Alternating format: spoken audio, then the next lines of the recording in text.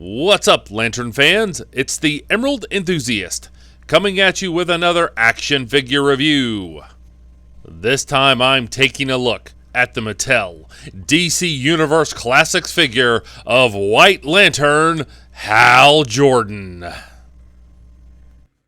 So if you were collecting these figures back when they were on the market, you know that there was actually two Hal Jordans put out for Wave 17 Figure 6. That was the Black Lantern Hal Jordan, and I did a review of that figure. You can find that right here on my channel. And of course, the White Lantern Hal Jordan. And I was just very happy back in 2010 to have all these various Green Lantern centric figures coming out. So it just made me very happy to get both this and the Black Lantern Hal Jordan. So let's take a closer look at the details of the packaging now. Here's the bottom front of the packaging. It says Classics. There's the White Lantern Corps logo. It says White Lantern Hal Jordan, Wave 17, figure number 6. On the side here, it talks about the Collect and Connect piece. And there is the anti-monitor pieces that are included with this figure. Same thing on this side here. On the bottom half of the packaging in the back here, you see various Justice League members. There's Batman and the Flash.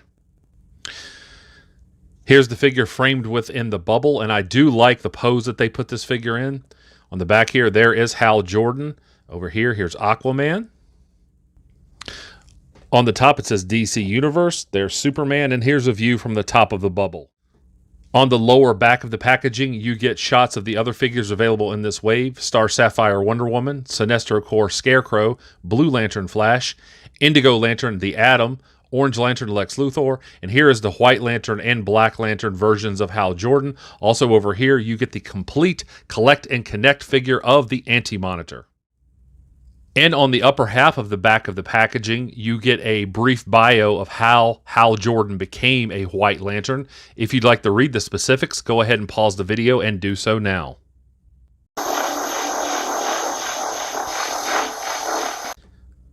Here's the figure removed from the outer carding, but still in the inner plastic. There are no accessories that come with this figure, but here are the two Collect and Connect pieces of the Anti-Monitor that are included with the packaging. And here we see the White Lantern Hal Jordan out of the package and ready to rumble. I really like this figure. I only have a couple of minor complaints, but those really don't diminish my enthusiasm for this figure. So let's go ahead and take a closer look at the details now. So let's have a look at the legs here, and I really do like this lower body.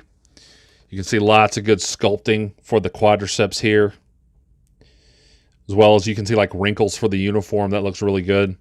I would have preferred like molding for the top of the boots, like for them to be sculpted in instead of just paint, but that's just a minor criticism. Here you see the back. Would have preferred, you know, the calf muscles to be a little bit more pronounced as well. There's really good articulation. You get this hinge at the hip, so it can kick out. The figure can also kick front pretty well. Same thing for the back here. You can get it to go a little bit further. If you wanted to force it, I don't mind my figures being vanilla posed, and I don't want to take a chance on damaging the joint.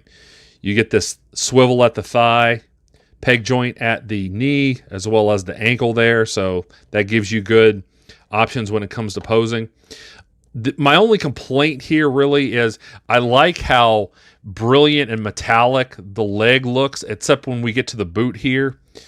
There is a differentiation in coloring if you see Hal Jordan in Blackest Night, but I really wish that the boots could have been just more reflective. I mean, just, you know, maybe a wash or something that could have been put over them to just make them just a little bit more reflective and just a little bit more brilliant. I would have appreciated that. So here's the torso, and I think it's really good in most aspects, but again, you get this kind of matte gray instead of, you know, some kind of, you know, like shiny metallic color, and I really would have appreciated that. And there's also a differentiation in this area where there really shouldn't be. I mean, this, once you get past this section here with like the black trim, this should all be one color. But you do get this swivel here with the lower part of the torso, so I appreciate that. You get the upper torso crunching. Appreciate that. The White Lantern logo is done really well. I mean, the paint application, very exact on that. I would have preferred a raised logo. I say that in a lot of my videos, but I think this could have used that. Here's the back. Again, lots of good molding with the musculature here. And yeah, that looks good. A little bit too much of a gap back here maybe, but I mean, you have to expect that when you have this type of crunching hinge here. So yeah, overall, other than really the coloring, I just really can't complain about the torso. Here's a look at the left arm, and as you can see, you get movement here at the wrist. There's the peg joint at the elbow, swiveling on the biceps. You get this hinge here with the shoulder, so you get good articulation there. You can get it to go around 360 degrees, so I certainly appreciate that. Having a look at the right arm over here, and again, pretty much the same. Paint application is done very well. I like this brilliant paint here. And here is the White Lantern ring. And as you can see here, it is raised away from the hand, so I certainly appreciate that. It's not just a perfunctory effort with paint. And here's a close-up of the ring. You can see the White Lantern logo. This is very well executed, so I was very happy with this. So having a look at the head sculpt here, and overall I'm satisfied with it. I like the way the hair looks. You know, it's the kind of hairstyle that you usually see for Hal Jordan in the comics. I like that you can see the individual strands. Certainly looks good. There's the back of the hair. So overall the skin looks good. I really like the mask. I like the paint on it. I like the fact that it's raised, you know, it's molded so you can see the edges of it. It looks like a mask that's been put over a face. My only issue is this expression. I just don't think it's fitting for a White Lantern.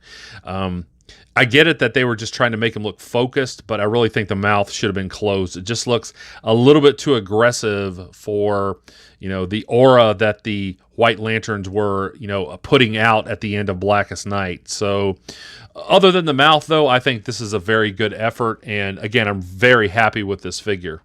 Here's a look at the figure in a side-by-side comparison to the DC Direct 2010 New York Comic Con exclusive White Lantern Hal Jordan figure.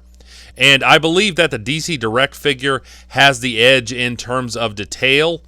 However, the DC Universe Classics figure has far greater articulation than the DC Direct one. Of course, as a collector of all things Green Lantern, I'm happy to own both of these.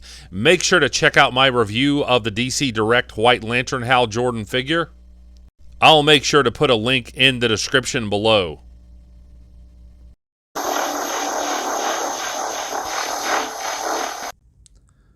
I certainly hope you have enjoyed this review. If so, please like and subscribe. Make sure to check out some articulation shots at the end of this video.